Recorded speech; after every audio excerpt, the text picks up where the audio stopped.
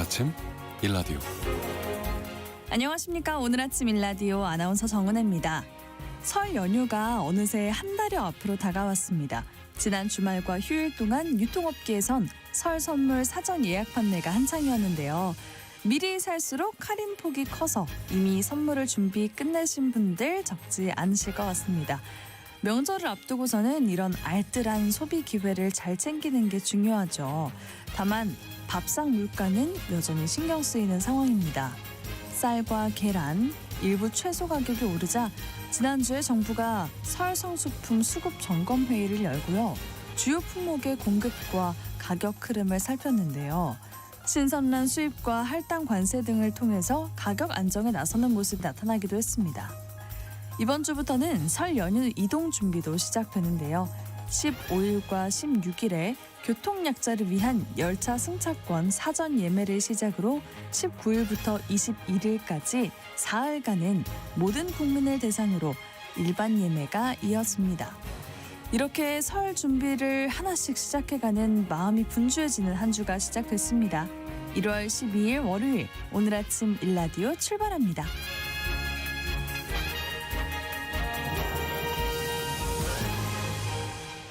오늘 아침 일라디오 이 시간은 물론 KBS 일라디오의 모든 프로그램은 유튜브 KBS 일라디오 공식 채널이나 모바일 콩 어플리케이션을 통해 실시간으로 함께하실 수 있습니다.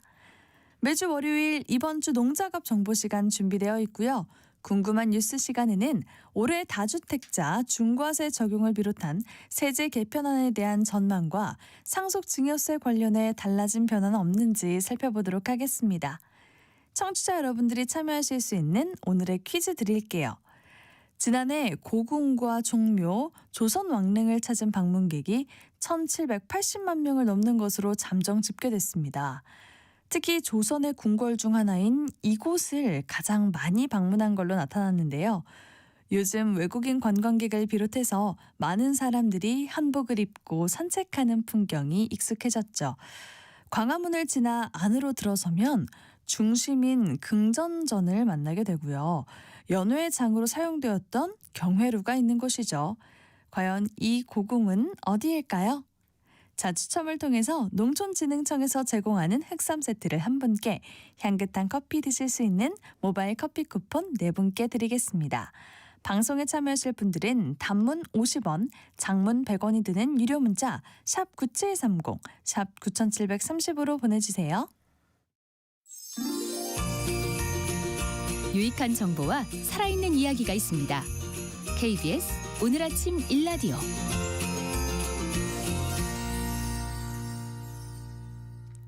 한 주간 농가에서 알아둬야 할 주요 농업기술과 농작업 정보를 전하는 시간입니다. 올겨울 날씨가 정말 종잡을 수 없습니다. 비교적 따뜻한 편이지만 강추위가 찾아들기도 하고요. 일교차도 크게 벌어지는데요. 이런 날씨에 과일나무 언 피해를 줄일 수 있는 새로운 기술이 개발됐다고 합니다. 이 소식부터 함께 살펴볼게요. 농촌진흥청 대변인실 박승무 농촌지도관님 전화 연결되어 있습니다. 안녕하세요. 네, 안녕하세요. 네, 올겨울에 과수 언 피해가 늘고 있다면서요. 네, 최근에는 겨울철 기후 변동폭이 커지면서 과일나무가 예년보다 일찍 활동을 시작하는 경우가 많은데요. 문제는 이렇게 깨어난 나무가 갑작스러운 한파를 맞게 되면 어음 피해를 입기 쉽다는 점입니다. 실제로 2021년 1월 전남을 중심으로 영하 15도 이하의 강한 한파가 발생하면서 전국 727헥타르 과수원에 큰 피해가 발생했습니다. 그렇군요. 이런 피해를 줄이기 위해서 과일나무 전용 페인트를 개발했다고 하더라고요.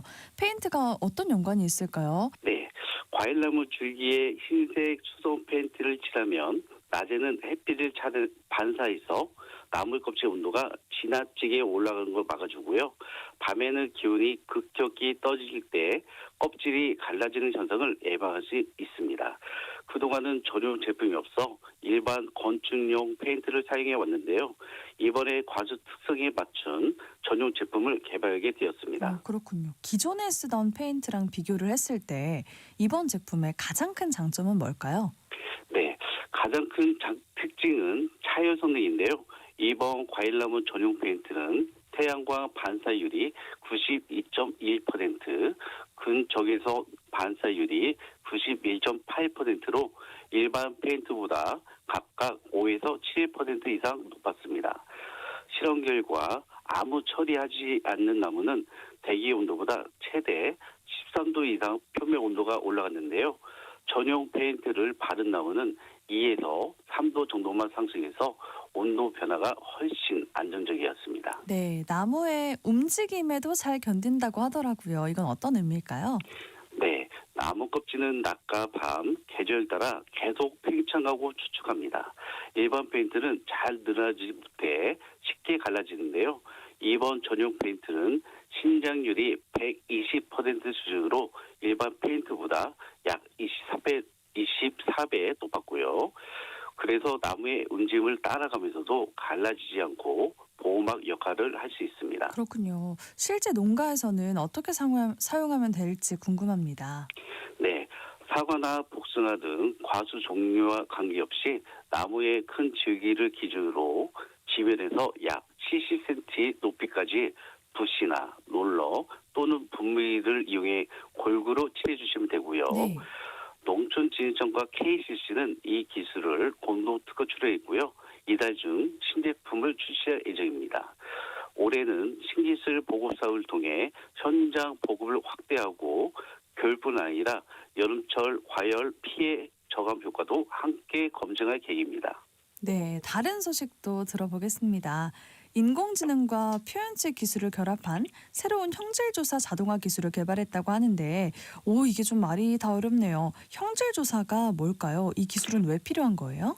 네, 형질조사는 새로운 품종을 개발할 때 작물의 크기나 모양, 색, 수량 같은 특성을 조사하는 과정으로 신품종 등록을 위해 꼭 필요한 절차입니다. 그동안은 연구자가 직접 밭이나 실험실에서 눈으로 보고 측정해 왔는데요. 시간과 인력이 많이 들고 조사자에 따라 결과가 달라질 수 있다는 한계가 있었습니다. 네, 최근 기후변화가 빠르게 진행되면서 이런 방식으로는 대응이 어렵다 이런 이야기가 나온다고요. 네, 맞습니다. 재배 환경이 빠르게 변하다 보니 더 많은 작물과 개체를 반복해서 조사해야 합니다. 하지만 기존 방식으로는 조사 속도나 정확성에 한계가 있어서 기후변화에 대응할 수 있는 우수 품종을 신속하게 개발하는 데 어려움이 있었는데요. 그래서 새로운 조사 기술이 필요했습니다. 네, 그렇군요. 이번에 개발한 기술은 표현체와 인공지능을 결합했다고 했는데 이 부분도 조금 쉽게 설명을 부탁드립니다. 네. 일반 카메라와 특수 카메라로 작물을 촬영한 뒤 그 영상을 인공지능이 분석해서 작물의 크기와 형태, 병 발생 여부, 세육 생태 등을 수치로 판단하는 방식인데요. 지난 3년간 개발한 6개의 자동화 기술 정확도가 90% 이상으로 확인됐습니다. 기존에는 하루에서 길게는 일주일 이상 걸리던 형질 조사가 몇 분에서 몇 시간 이내로 끝났는데요. 사람이 직접 조사하지 않기 때문에 인력 부담도 줄고 주관적인 판단이 들어가지 않아서 결과의 객관성과 재현성도 크게 높아집니다. 그리고 농업연구가 사람의 노동 중심에서 데이터와 지식 기반으로 전환하는 계기가 될 것으로 기대하고 있습니다. 네, 끝으로 이번 주 농가에서 실천해야 할 핵심 농작업 정보도 알아보도록 하겠습니다. 시설하우스 농가에서 주의할 사항에 대해서 알려주신다고요? 네, 시설하우스 농가에서는 갑작스러운 폭설에 대비해서 제설 장비 준비, 지주 보강, 배수도 정비 등을 철저히 해 주실 것을 다시 한번 당부드리겠습니다.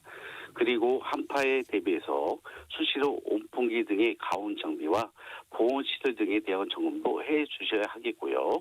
또한 보온 커튼은 해가 뜨는 즉시 걷어서 작물이 햇볕을 많이 받을 수 있도록 관리를 해 주셔야 합니다. 딸기, 토마토 같은 과채류는 해 뜨기 전, 해진 후에 벼농 관리를 잘 해주면 수령과 품질 향상에도 좋고요. 낭만비도 제거되기 때문에 꼭 실천해 주신 것이 좋겠습니다. 네, 시설하우스 관리까지 이번 주 농작업 정보 잘 들었습니다. 농촌진흥청 대변인실 박승무 농촌지도관이었습니다. 고맙습니다. 네, 감사합니다.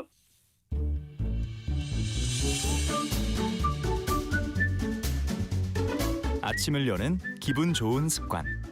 KBS 오늘 아침 일라디오.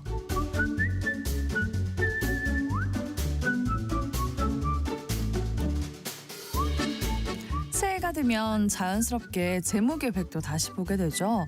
특히 올해 부동산 세제 개편안에 대한 이야기 많아서 미리 알아두시면 좋을 것 같습니다. 또 상속과 증여는 남의 일 같다가도 어느 순간 가장 현실적인 고민으로 다가오기 마련인데요. 자칫 세금 폭탄 맞는 경우가 적지 않은 만큼 이런 세금 변화에 대한 조언 좀 들어보면 좋을 것 같습니다. 세무법인 다솔 안수남 대표 세무사님 나오셨습니다. 안녕하세요. 네, 안녕하세요. 네, 대표님. 네. 우선 올해 부동산 세제 개편이 정말 큰 관심인 것 같아서요. 네, 그 네. 부분부터 여쭤봐야 될 것 같습니다. 네, 네. 5월 이후 예. 다주택자 양도세, 증거세가 다시 적용된다라는 이야기가 나오더라고요. 네. 5월 9일 전에 보유 매물을 팔고 또 잔금을 치러야 양도세 증가를 좀 피할 수 있다라고 하더라고요. 예, 예. 어떤가요? 네, 그렇습니다. 다주택자 중과세 규정이 문재인 정부 시절에 네. 시행되다가 윤석열 정부 들어오면서 유예가 시작됐거든요. 그래서 이제 1년 단위로 연장해 왔는데 이제 올해가 또 연장 5월 9일이 마지막 날이에요. 그런데 만약에 이제 시행돼 버리면은 네. 중과세가 시행돼 버리면은 이제 종료가 돼 버리겠죠. 근데 중요한 거는 계약이 체결되고 잔금까지 끝나야 중과세를 안 받을 수가 있어요. 5월 9일 잔금까지 끝나야 되는 5월 9일 이전에 네. 이전에 끝나야 돼요. 그래서 계약만 체결하셨다가 만약에 5월 9일 이후에 중과세가 시행된다면은 잔금을 그 이전에 받으셔야지만이 중과세를 안 받을 수 있다는 것을 꼭 기억을 하셔야 됩니다. 무조건 그 5월 9일을 잘 기억을 해야겠네요. 맞습니다. 5월 그것을 9일 전에 예. 잔금을 받아야 된다. 받아야 됩니다. 하루라도 늦으면 세금이 두세 배로 늘어날 수가 있어요. 이거 유의해야겠군요. 네, 그렇습니다. 네. 네. 그럼 그 왜 중과세 적용 가능성이 제기가 되고 있는 걸까요? 이것은 지금 법을 새로 만드는 게 아니라서 원래부터 있던 법이었어요. 아, 그러니까 그래요? 이제 유예를 시켰다는 것은 일시 정지를 해둔 상태잖아요. 네. 그러니까 이거를 연장을 안 해버리면 자동으로 5월 10일부터가 중과세가 시행돼 버린 거예요. 이거 세제 자체를 새로 만들거나 개편되거나 그런 것이 아니고 네. 좀 연장 조치를 안 하면 자동으로 시행된다. 이제 이렇게 보셔야 되겠죠. 그러니까 원래 있던 네. 법이었던 거군요. 그렇습니다. 원래 있던 법이었습니다. 네. 그렇네요. 예. 세금이 두세 배 늘어날 수 있다고 하셨어요. 네. 이게 원래 규정대로 돌아간다면 네. 양도세 증과세율이 얼마나 높은지 궁금하거든요. 그러니까 이제 일반 세율에다가 2주택자는 20%, 3주택자는 30%를 더하는데요. 네. 양도소득세율 최고세율이 지금 최고 45%까지 돼요. 아, 그렇군요. 네, 그러면 이제 3주택자라 그러면 30%가 더해지겠잖아요. 네. 그럼 75%예요. 맞아요. 거기다가 다시 지방소득세 7.5%를 더하면 82.5%가 되는 거예요. 그러면 15그 양도차익이 났다고 한다면은 세금만 8억으로 내야 되잖아요. 어머, 네. 그러니까 그건 이건 완전히 그냥 사실상 거래를 하지 말라. 거래를 이런 중단시켜 거네요. 버리는 효과가 생겨버린 거죠. 네, 맞습니다. 네, 그렇군요. 네, 네. 이게 그래서 실제 거래에 영향을 아주 크게 미치겠네요. 당연합니다. 이게 만약에 시행돼 버리면 매물 잠금 현상이 와가지고 네. 시장에서 주택의 씨를 말려버린다고 그래요. 이제 그렇군요. 아니 가격이라는 것은 그렇지 않습니까? 수요 공급 원칙에 따라서 수요에 따라서 공급이 돼야 되는데 매물 잠금 현상에서 공급이 안 오니까 가격이 급등해 버린 거죠. 네. 이거는 이미 문재인 정부 시절에서 다 경험을 했어요. 그러니까 중과세가 시행돼서 가격을 더 올리고 세율을 더 올리고 중과세만 더 늘리면 늘릴수록 가격은 급등했단 말이죠. 네. 그러니까 요거는 부동산 가격 안정에 다주택 중과세 규정은 안 맞는 겁니다 지금. 그게 잘 모르고 시행을 했어서 그렇죠. 아이고. 네. 그래서 네. 집값을 올린다라는 우려가 나오더라고요. 네. 그러니까 결과적으로 이게 다주택 중과세 규정을 해서 공급을 부족을 시키면은 가격이 올라서 급등을 해가지고 네. 결국은 다주택 중과세 규정은 집값을 상승시키는 정책이라고 시장에서는 그렇게 받아들이고 있어요. 네네네. 그래서 오히려 지금 강남에 계신 분들은 다주택자 중과세 규정이 되면은 우리는 집값을 더 올리니까 그쵸. 정부에서 오히려 우리 집값 올리는데 도와준다 이렇게 지금 소문나 있어요. 그러니까 이거는 좀 정부 정책자도 좀 고민을 해보셔야 될 사항입니다. 네. 네, 그러면은 증여가 혹시 더 활발해질 수 있을까요? 이제 그런 결과가 오면 그럴 거 아니에요. 세금을 팔았는데 세금이 8억 나갔어. 근데 증여세는 오히려 6억밖에 안 돼. 네. 그러면 양도소득세를 내고 팔아서 그 집을 없애느니 네. 차라리 증여세를 내고 우리 양도를- 집안에다가 가다 놓는 것이 그게 더 낫다. 하는 이렇게 거죠. 판단을 하는 거군요. 근데 이제 문제는 또 이게 증여가 이루어지면은 이월과세라는 제도가 있어요. 네. 10년 안에 팔면 세금이 또 많이 내기 때문에 증여를 받으면 10년 안에 못 팔거든요. 안 팔아야 돼요. 그러니까 매물이 또 잠기죠. 그러네요. 예, 그러니까 이게 악순환이 더 되는 것이지. 예, 이거 결과적으로 세제를 이용해서 가격 안정화시켜야 되는데 가격을 불안정하게 더 만드는 꼴이 돼버립니다. 사실은. 네. 근데 대표님, 네. 그 중과세가 적용이 되면은 네. 그 아까 말씀드린 매물 잠금 현상, 네, 네. 증여가 늘어나는 거는 정부도 아마 잘 알 거예요. 네, 네. 근데도 이렇게 추진하려는 이유가 네. 뭔지 궁금하거든요. 저희도 잘 모르겠습니다. 이게 팔지 않더라도 더 사지 않게 만들자. 네. 그런 이유일까요? 왜 맞습니다. 그런 거죠? 집을 더 사지 그거요. 말라는 그런 시그널로서는 유효할 수는 있죠. 그런데 이미 집을 가진 사람들은 팔 수 있는 퇴로까지 다 막아버리기 때문에 결과적으로 이거는 집값 안정에 전혀 도움이 안 되는 겁니다. 아, 네. 그냥 정말 더 사지 않게 만들자는 그런 이유 하나 때문일까요? 저는 정말 모르게 궁금해서요, 대표님. 저희들이 이제 보기에 이 다주택자 중과세 규정 자체가 설계가 잘못돼 있어요. 세제 자체가. 왜 그러냐면은 세제라는 것은 수요를 억제하기 위해서 다주택자 중과세를 하는 거거든요. 네. 그러면 첫 번째는 중과세 대상이 되는 사람이 한번 생각해 보세요. 사는 사람한테 중과세를 해야 되겠어요? 파는 사람한테 중과세 해야 되겠어요? 사는 사람한테 중과세를 해야지 수요를 억제하죠. 네. 근데 지금 설계가 파는 사람한테 중과세가 돼 있잖아요. 맞아요. 그러니까 매물 잠금 현상이 와버리죠. 그래서 설계 자체가 잘못됐다는 것이고 중과세율이 너무 높아요.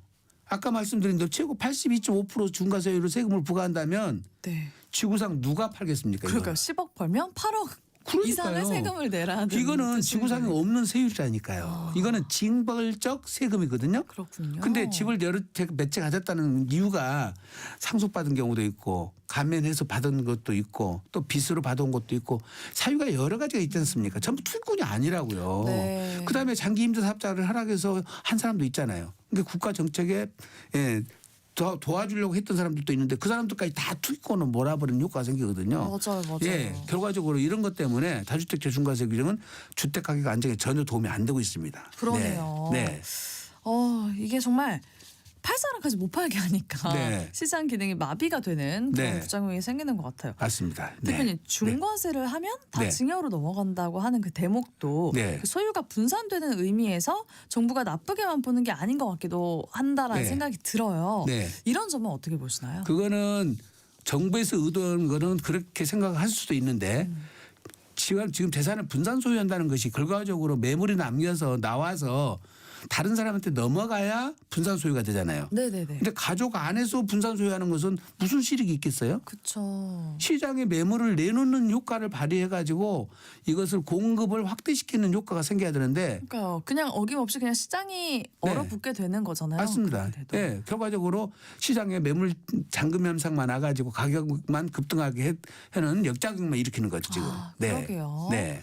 현장에서 그 전문가로서 느끼시는 게 있을 것 같아요. 네. 중과세 제도의 문제점 계속 네. 말씀해 주시긴 했는데 네. 네.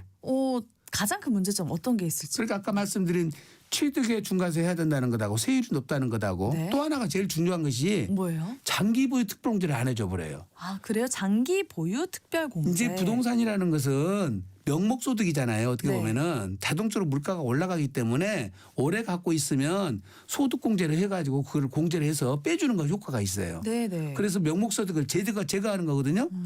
옛날에 10억 갖고 있어서 샀는데 지금 20억 올랐다고 그래서 20억 차익이 났냐 이 말이지.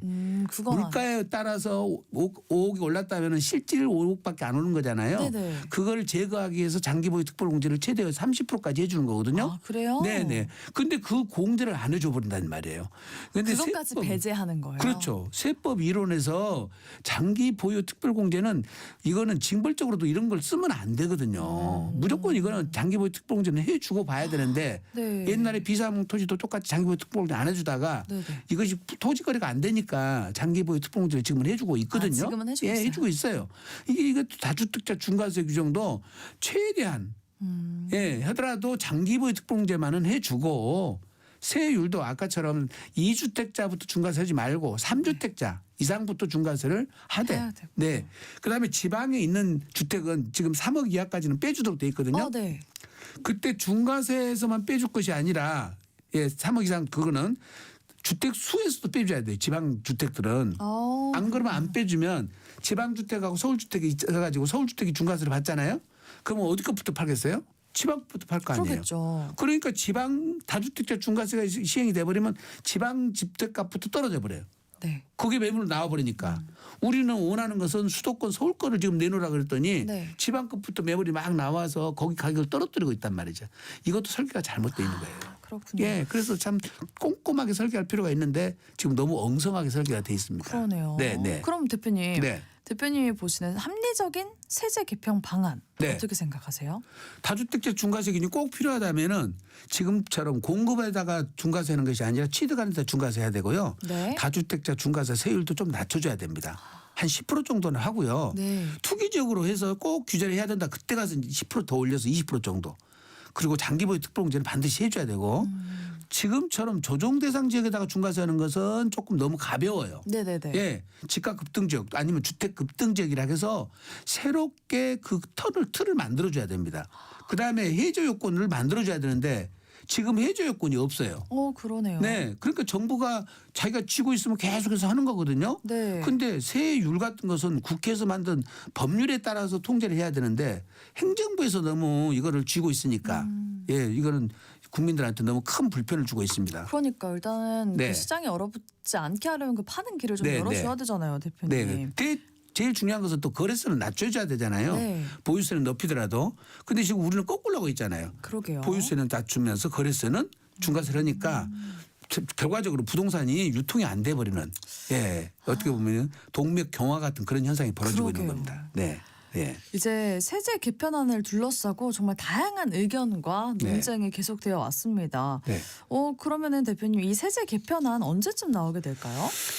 우선 다주택자 중과세 규정은 1월 달에 대통령령이 이제 개정을 해야 될지 말아야 될지 발표를 해야 되거든요. 네. 그래서 아마 늦어도 1월 달 말 중에는 방향이 나올 겁니다. 한 1월 말이요? 네, 지금 얼마 안 남았네요. 지난번에 뭐 언론사에서는 다주택자 중과세를 올해 분명히 시행할 것처럼 보도가 나갔는데요. 네. 그거는 경제 정책 방향에서 다주택자 중과세 유예 문제를 다른 정부에서는 그 매년 1월 달에 발표를 했었어요. 근데 이번에 여기서 빠졌다는 말이죠. 빠졌으니까 중과세 하겠다는 의미 아니냐. 네네. 근데 그날 바로 기재부에서 그런 뜻이 아니다. 아직 결정된 바가 아무것도 없다. 이렇게 나와 있어서 아직까지는 조금 문제가 좀 할지 안 할지 잘 모르겠어요. 근데 제가 보는 관점에서는 이걸 다주택자 중과세 규정을 시행하는 순간에 집값은 못 잡습니다. 예, 그렇군요. 집값은 급등하게 돼 있어요. 네네네. 이제 뭐 지금 당장에 이거를 시행하려면 5월 말까지 매물이 많이 나올 거라고 예상을 한다고 그러는데 네. 지금 토지거래가 구역에 묶여 있는다가 다주택 중과세까지 시행하면 누가 내놓겠습니까? 사는 네. 사람도 없어요. 그러네요. 그러니까 가격을 절대 잡을 수가 없습니다. 그럼 지금 현재 주택 보유한 사람들은 네. 대비를 좀 해야 될 것 같은데. 근데 이제 지금 종합부동산세 관련해 가지고도 다주택자 중과세 규정을 강화시킬 거라고 예상을 하고 있던데 네. 그건 강화시킬 수가 없어요. 왜냐하면 3주택자, 2주택자까지 중과세 하다가 3주택으로 중과세를 바꿨거든요. 네네. 그게 2022년도에 바뀐 법률이에요. 근데 그거를 지금 불과 3, 4년 만에 또 바꾼다. 그쵸. 어떤 정권이 말이 되겠습니까? 이건 그러게요. 국민들 갖고 장난치는 것밖에 안 되기 때문에 다주택자에 대한 종합부동산세 중과세를 축소 지금 2주택으로 내려올 것이라는 그 예측은 안 맞는 거고요. 네. 세율도 더 올린다는 것도 말이 안 되는 거고 아마 한다면은 조정 시장 가액 공정 시장 가액 비율 이거를 좀 조정할 수는 있을 것 같아요. 네. 근데 그것도 올해 이제 지금 지방 선거가 있기 때문에 아마 그 선거 전까지는 손을 안 댈 거라고 지금 예측을 주로 많이 하고 있습니다. 그래서 7월 달쯤 개편안이 나와 봐야 네. 이제 그거를 종부세를 폐지하고 단일세율로 갈 건지 세목으로 갈 건지 여러 가지들이 지금 연구 검토를 하고 있는데 지금 상속세, 증여세, 양도세, 취득세까지 전체적으로 지금 보고 있다고 하니까 아마 7월 달쯤 나오는 개편안을 봐야만이 방향성이 나올 것 같습니다. 아, 그래요? 네, 진짜. 아직까지는 좀 미정이라고 봐야 되겠죠. 아, 네. 그럼 매도 계획이 있는 분들 네. 가급적 그 5월 9일 이전에 아까 네. 말씀해 주신 대로 잔금 조건으로 매매를 진행하는 게 안전하겠네요. 그렇죠. 매도 계획이 있다면 기왕이 있다면 5월 9일 이전으로 잡아놓고 네. 예, 이제 그건 또 지켜봐야 되겠지만 네. 어차피 팔 거라면 그렇게 계획을 잡아놓는 게 좋을 것 같습니다. 네, 좋습니다. 네. 그 상속 증여세와 관련해서도 변화가 있는지 네. 올해 절세 계획을 어떻게 세우면 좋을지 네. 이것도 궁금해요. 네, 네. 대표님 요즘에 집값이 정말 많이 올라서 네. 그 상속세 부담도 많이 늘어난 모양이더라고요. 그러니까 기본 공제가 지금 5억 5억에서 배우자 공제 5억, 일괄 공제 5억에서 10억이면은 네. 예, 상속세가 없는데 사실 작년 연말에 그거를 18억으로 올려주겠다고 했었거든요. 네네네. 대통령이 발표를 했는데 결국 그거 세법도 개정이 안 돼 버렸잖아요. 그렇죠. 그러다 보니까 이제 지금 아파트 한 채만 갖고 있어도 지금 세금 부담 생기는 일이 벌어졌어요. 그래서 사전증여를 통해서 지금 결과적으로 상속세를 줄이는 수밖에 없는데 사전증여는 10년 단위로 분산을 해서 네. 주기를 가지고 해야 됩니다. 이제 그렇게 하면서 또 어떤 경우는요 부부간에 좀 재산을 분산해서 갖고 있어야 되는데 남편 아버지만 다 재산을 갖고 계세요. 아. 네. 그러다 보니까 이게 재산을 순서를 좀 잘 누가 죽을지 모르잖아요 먼저. 그래서 아버지 있는 재산을 어머니한테 좀 옮겨 놓으셔야 돼요. 그래서 분산을 좀 해야 분산 소유를 좀 되는군요. 하셔야 돼요. 그리고 배우자들은 6억까지 공제가 되니까 네네네. 예, 10억을 줘도 증여세가 한 7천만 원밖에 안 나오거든요. 네. 그러면 10년 1개월 만에 한 20억까지만 줘 놔도 예, 순서가 없이 돌아가셔도 상속세 부담이 없거든요. 제일 중요한 것이 분산 소유를 해야 되는데 부부간 분산 소유부터 실현을 하셔야 돼. 예, 부부간에 좀 이렇게 분산해서 갖고 계시다 그러면 자녀들한테 내려보내 가지고 네. 예, 사전증여를 활용해서 상속세를 절세하는 수밖에 없습니다. 아 네. 그렇군요. 네, 그런 네. 식으로 절세 계획을 좀 세울 수 있겠네요. 네, 그렇습니다. 예, 예. 그러면 대표님 증여는 어떨까요? 네. 그 배우자 증여 재산 공제가 6억 원이라고 했잖아요. 네. 이걸 많이들 활용을 하는데 네, 네. 근데 이 부분에서 좀 실수가 많아서 조심을 해야 될 게 있다면서요? 우선 그러니까 증여가 되면은 증여 받은 금액이 취득가액이 되거든요. 네. 그러니까 배우자들한테 증여를 해주면 6억까지 세금이 없다고 그러니까 네. 만약에 6억까지 증여를 해서 다시 내가 팔아버리면 양도 차익이 하나도 안 생겨버리잖아요. 그거를 막아놓기 위해서 이월과세라는 제도를 만들어놨어요. 즉 배우자나 직계 존비속 간에 증여를 해가지고 10년 안에 네. 만약에 양도를 한다면은 그 증여받은 금액을 취득가로 해주는 게 아니라 증여자의 당초 취득가액.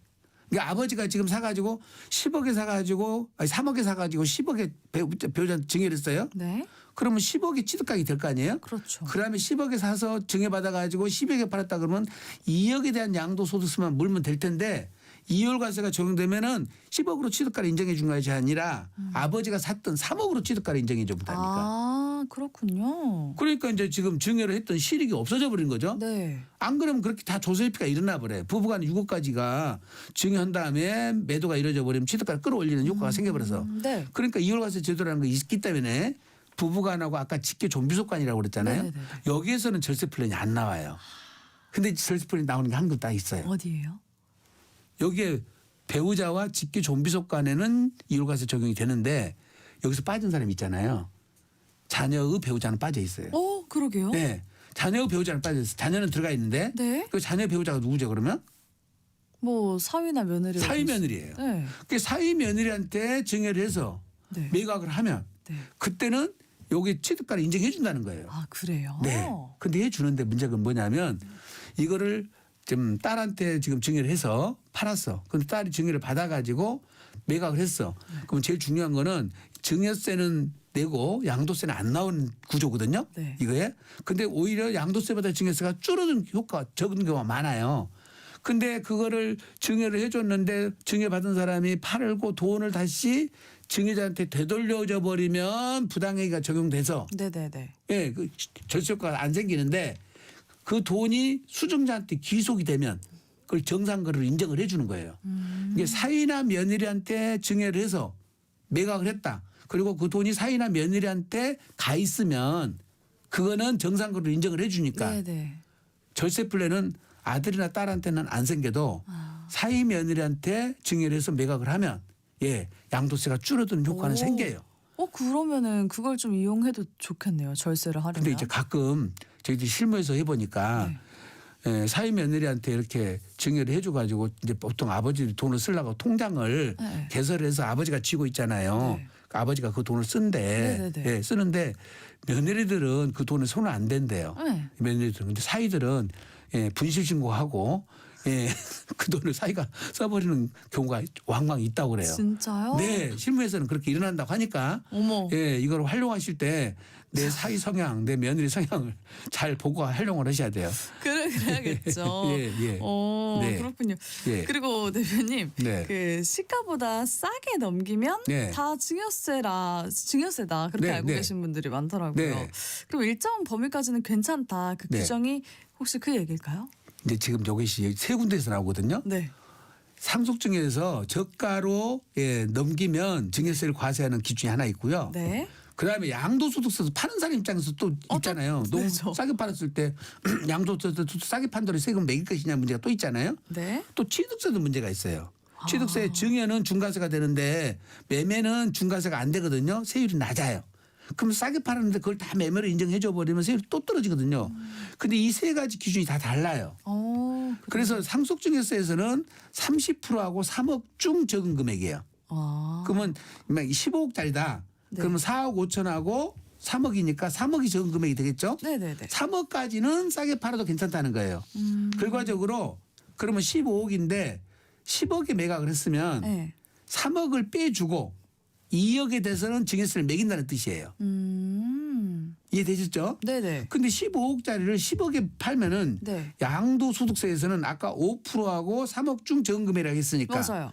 5%면 7,500밖에 안 되죠. 그러네요. 그보다 더 싸게 팔았으니까 이 거래를 인정을 아예 안 해요. 안 해. 그래요? 그래서 아예 15억으로 과세를 해요. 아예. 정말요? 네, 양도소득세는. 상속세 증여세는 아까 3억은 빼줬잖아요. 그러면 예. 증여세는 피하더라도 그 양도세가 더 많이 나올 수 양도소득세는 있겠네요. 더 많이 나오는 건 아니죠. 원위치 되는 거지. 원위치 되는 거예요? 15억짜리 했으니까 시가가. 그렇죠? 예. 근데 이제 또 이제 취득세에서는 네. 지금 아까 우리가 지금 증여세에서 3억을 빼줬잖아요. 네. 취득세는 안 빼줘요. 그렇군요. 5억 전체를 증여로 봐버리는 거예요. 중과세를 적용하는 거예요. 예.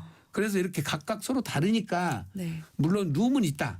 룸은 있지만 그거를 양도소득세가 아버지가 갖고 있는 집이 일세대 1주택이라면 네. 어차피 세금이 비과세니까. 네네, 그렇죠. 예, 양도세는 다시 원위치 시켜도 상관없죠. 네. 그래서 그거를 이제 활용을 더 하려면 아들 한 잡아 살려면 그 3억하고 30%하게 적용 못 하잖아요. 네. 그러면 이제 아들하고 며느리하고 같이 사는 거예요. 그러면 두 사람으로 인정이 되겠죠? 네, 그렇죠. 네. 그다음에 올해 거래를 하고 또 내년에 거래를 하면 연도에 또 달라서 또 달라져요. 또 달라져요. 네. 그래서 이게 전문가들한테 가면 이 플랜이 굉장히 많이 나오는 거예요. 단순하지가 않아요. 거기다가 또 증여를 섞으면 네. 일부 증여, 일부 매매가 되잖아요. 네. 세금이 또 줄어들어요. 그래서 누구한테 만나서 상담을 받고 어떤 경험치를 가진 세무사님하고 상담하냐에 따라서 세금이 확 달라지는 거예요. 그러네요, 세무사님. 네, 단순한 일이 아니죠. 네. 보통 일반인들이 볼 때는 한 가지만 알고 있어요. 그러면 그리고 한 번밖에 안 써먹으면 하나밖에 못 쓰는 거고 그러네요. 사람을 활용하면 두 번 써먹었죠. 네? 연도를 또 활용하면 네 번 써먹을 수 있죠. 네. 거기다 확 증여를 또 줄어들어요. 섞어버리니까 확 줄어드는 거예요. 그렇군요. 네. 정말 잘 고려해서 판단해야겠네요, 대표님. 그렇습니다. 간단하게 오, 1월 신기해요. 하나 가지고 활용할 범위가 네. 예, 여러 가지로 활용하면 그만큼 절세 기회가 더 많아지는 거죠. 네, 네, 그렇군요. 네. 근데 이게 또 말씀을 해주신 대로 세금을 줄이는 방법 네. 그걸 많은 분들이 알고 있기는 한데 네. 또 실제로 그렇지 않은 경우를 봐서 또 낭패를 보는 분들도 있더라고요. 네, 그 그렇습니다. 사례도 좀 소개해 주시겠어요? 지금 그 증여를 할 때 이제 우리가 단순 증여라는 게 있고 부담부 증여라는 게 있어요. 네, 단순 증여는 그냥 단순 재산을 증여는 주는 재산 거죠. 있는 그대로 순수하게 다 증여를 해버린 거예요. 네. 이 10억짜리를 10억에 증여를 하는 거죠. 근데 부담부 증여라는 것은 네. 그 증여하는 부동산에 대출이 있거나 또는 전세보증금이 꼈거나 그러면 그 채무를 빼주고 증여를 하는 거죠. 그러니까 채무를 빼고 차감을 하고 그 금액에 대해서만 증여세를 그 납부하면 10억에 되는 대해서 전세보증금이 6억 있다. 그러면 6억을 빼고 네. 4억에 대해서 증여를 하니까 증여세가 확 줄어드는 거죠. 네네네. 네. 그래서 어떤 사람은 대출이 없는데 대출을 받는 거예요. 대출을 받아가지고 저희 그 증여세는 줄였어요. 근데 세금을 안 내려고요. 안 내려고. 네. 증여세는 확 줄었는데 네. 대출 받은 금액은 그걸 누가 갚아야 돼 이제 나중에 수증자가 갚아야 되잖아요. 그쵸. 자녀가 갚아야 되잖아요. 네. 그래서 그거를 유상양도로 보게 돼 있어요. 증여세를 부과 안 한 대신에 양도소득세를 부과한단 말이죠. 그런데 양도소득세가 경우에 따라서는 그게 이제 비사무 토지라든지 다주택자 중과세 걸렸다든지 세율이 높은 단계에 걸렸다든지 네. 예, 이런 게 걸려가지고 오히려 세금 폭탄받는 사례가 있어요. 그러니까 무조건 대출부터 빼시려고 하지 마시고 네. 꼭 세무사님한테 상담 받아서 채무가 어디가 적정선인지 네네. 예, 유불리도 따져 보셔야 돼요. 그걸 다 계산해가지고 하셔야지 예, 한 가지만 알고 두 가지를 모르시면 절대 안 됩니다. 네, 그렇군요. 그래서 증여세 빼주는 대신에 양도세가 부과되는데 오히려 양도소득세가 더 많은 경우가 있을 수 있다. 그럼 더 손해잖아요. 손이 나죠. 맞습니다. 네, 그러니까 채무에 대한 양도세 정말 잘 고려를 해야겠네요. 네 맞습니다. 대표님 네. 그 시골에 네. 집 한 채 갖고 있는 분들, 네. 은퇴 후에 조그만 물건으로 월세 받는 네, 네, 분들, 네. 그런 분들도 있는데 이런 분들이 세금 폭탄 맞는 경우 혹은 주의해야 할 거 이런 게 있을까요? 시골에 있는 집 중에서 특히 무허가 주택 갖고 있다가 당하는 분들이 많거든요. 네. 무허가 주택은 주택수도 빼버린다고요. 그게 등기도 안 나 있으니까. 아, 그렇군요. 그러니까 주택이 있다는 개념을 못 잡으세요. 네, 네. 근데 서울에 있는 내가 아파트를 들려다 팔았어. 네, 네. 근데 그 시골 집 중에 주택수에서 빼주는 경우도 있지만은 주택수에서 포함되는 경우도 있어요. 포함되는 게 있겠죠. 그럼 주택수가 포함돼 버리면 네. 서울에 있는 집 30억짜리 아파트 팔았다가 세금 폭탄 맞는 거예요. 결과적으로 100만 원, 1000만 원, 2000만 원짜리 집 때문에 세금 5, 6억 나오는 경우도 있어요. 그렇군요. 그럼요. 그리고 또 오피스텔 같은 경우, 오피스텔은 주택일까요, 아닐까요? 오피스 요즘에 주택으로 치나요? 그러니까 아니잖아요. 그러니까 이제 그렇게 벌써 아닌 걸로 알고 계시잖아요. 네. 그거는 양도소득세에서는 네. 실제 살면은 주택이 돼버려요. 아 정말요? 그럼요. 취득세는 그게 아닌데 그것도 잘 따져봐야겠네요. 취득세, 재산세, 종부세, 부가가치세, 종합소득세, 양도세 다 달라요. 그게 전문가하고 상담을 받고 꼭 하셔야 되는데 내가 그냥 오피스 하나 갖고 있고 월세 한 100만 원 정도 50만 원 받고 있으니까 이건 주택이 아니겠지 하고 내 집을 살다 집을 팔아버렸는데 그게 비과세가 안 돼버려. 그래서 그러면 지금 오피스텔 값 전부 해봐 2억도 안 가는 거예요 지금. 네. 근데 세금 3억 4억 나온다니까 이것 때문에. 그냥 그 주거용 오피스텔인지 맞습니다. 아닌지 예, 봐야 예, 되는군요. 예. 와 이게 정말 되게 따질 게 많고 너무 머리가 따질 게 많아요. 아프네요. 제가 일반인 생각하시는 것보다 너무 그리고 특히 잔머리를 썼다가 걸린 사람들이 너무 많아요. 아들하고 아버지가 살고 있는데 집에 한 채씩 있어. 네, 그러니까 아들을 주민등록만 어디로 옮겨놓는 거예요. 네네. 그리고 세대분리를 시킨다는 거지. 근데 세무공무원도 너무 똑똑해가지고 이거 다 잡아내요. 위장 세대분리. 신용카드 어디서 썼는가만 봐도 이거 하면 살았는지 안 살았는지 금방 나오잖아요. 알죠. 예. 어떤 사람은 아예 오피스텔을 얻어갖고 나갔어요. 아들이. 나갔는데 세무공무원한테 걸렸어요. 아, 왜 걸렸냐? 어떻게 걸렸어요? 아니 집에서 얼마 안 떨어졌거든. 네. 그럼 가만히 생각해보세요. 상식적으로 집 자기 집 50평 60평짜리 놔두고 네. 10평짜리 오피스텔에서 아들이 살 리가 있어요? 근데 계약서는 맺어 있고 월세는 나갔거든요. 아, 근데 관리비를 다 체크를 해본 거예요. 그래요? 그럼 전기료 수술금이 하나도 기본요금밖에 안 나갔어. 사람이 안 살았어. 안 산 거네. 그리고 거기에 그러면 물건 배달한 배달 증명 갖고 와라 이거예요. 네. 예? 요즘 다 배달해서 먹고 살잖아요. 거기다가 맞아요. 하나도 택배도 없어. 하고. 택배가. 그러니까 하나도 여기 없어요. 거주 안 했다는 게 나타났단 말이에요. 어. 그리고 이장으로 세대 분리하고 계약서 만들어 놓고 그것도 걸린 거예요. 그러니까 이게 웬만큼 눈속임으로는 세무공무원 안 당합니다. 아. 그리고 산속에 있는 집을 갖다가 이게 주택이 아니라고 근린생활시설로 용도 변경을 해가지고 내 집을 판 거예요. 근데 근린생활로 산속에 있는 그 집을 근린생활로 바꿔놓으면은 거기서 장사해가지고 뭘 먹고 살죠? 예. 그래서 세무공무원이 현장 확인해 볼 것도 없어요. 용도 변경한 공사한 계약 내역서를 갖고 오라고 하니까 네. 뽑잖아요 서류가. 그렇군요. 예. 그러니까 일반적으로 눈 가리고 아웅하는 식으로 네. 했다가 걸리는 경우가 너무 많으니까 네. 예, 반드시 그런 식으로 하지 말고 진실되게 하셔야 됩니다. 아. 네. 네. 그리고요 대표님 네. 아직 목돈이 없어서 증여는 나중에 이렇게 생각하시는 분들도 네, 있어요. 그럼 증여는 목돈이 있어야만 가능한 거라고 생각을 하는 건데 이게 꼭 그렇지만 않더라고요. 그럼요. 특히 지금 막 앞으로 오를 것이 예상되는 것들 있잖아요. 네네. 비상장 주식 중에서도 예, 투자해놨던데 이것이 가격이 오를 거라면 미리서 줘야 되고요. 또 분양권도 마찬가지고 재개발 재건축에 단독주택이 있던 것들 네. 예, 사업시행 계획인가 떨어지는 순간에 집값 오르거든요. 향후 집값이 많이 오르고 가격이 많이 오를 것들이라면 지금 네. 미리미리 주는 게 좋습니다. 아 그렇군요. 미리 예, 저평가 될 때 주는 것이 중요해요. 네. 그리고 또 대표님 부모님 집에 그냥 살고 있는데 이것도 증여가 될 수 있나요? 원래 기본적으로 이자로 따져가지고 5년간 1억이 넘어가면 세금을 매기거든요. 네. 그 기준이 약 13억 정도 돼요. 13억이요. 예, 그러니까 아파트 같은 게 13억짜리 이상을 그렇게 무료로 살면 증여세 나갈 수도 있습니다. 예. 그러면 상속세가 안 나와도 신고하는 게 좋다. 그런 말은요? 상속받은 금액이 나중에 양도할 때 취득가액이 되거든요. 네. 근데 신고를 안 해놓아 버리면 기준 시가로 보통 상속세 결정이 돼버려요. 네. 그런 경우에는 양도소득세에서 폭탄 맞죠. 그러니까 상속받을 때 감정평가를 해서 상속 취득가율을 높여놓는 것이 나중에 양도세를 절세할 수 있는 길이죠. 그렇군요. 네, 오. 네. 그럼 끝으로 올해 그 외에도 혹시 조언해 주실 부분 있으면은 좀 네. 말씀 부탁드립니다.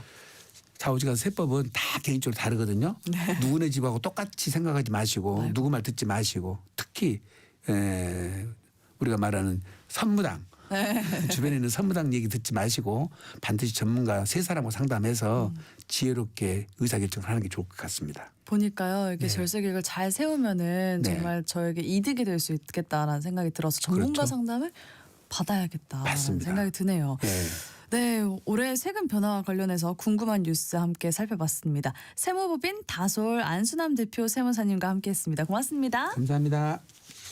네, 오늘의 퀴즈 정답은 경복궁이었습니다. 상품 받으실 퀴즈 당첨자 중복 당첨 여부 확인 후에 홈페이지에 게시해 놓을게요. 오늘 아침 라디오 아나운서 정은혜였습니다. 좋은 하루 보내세요.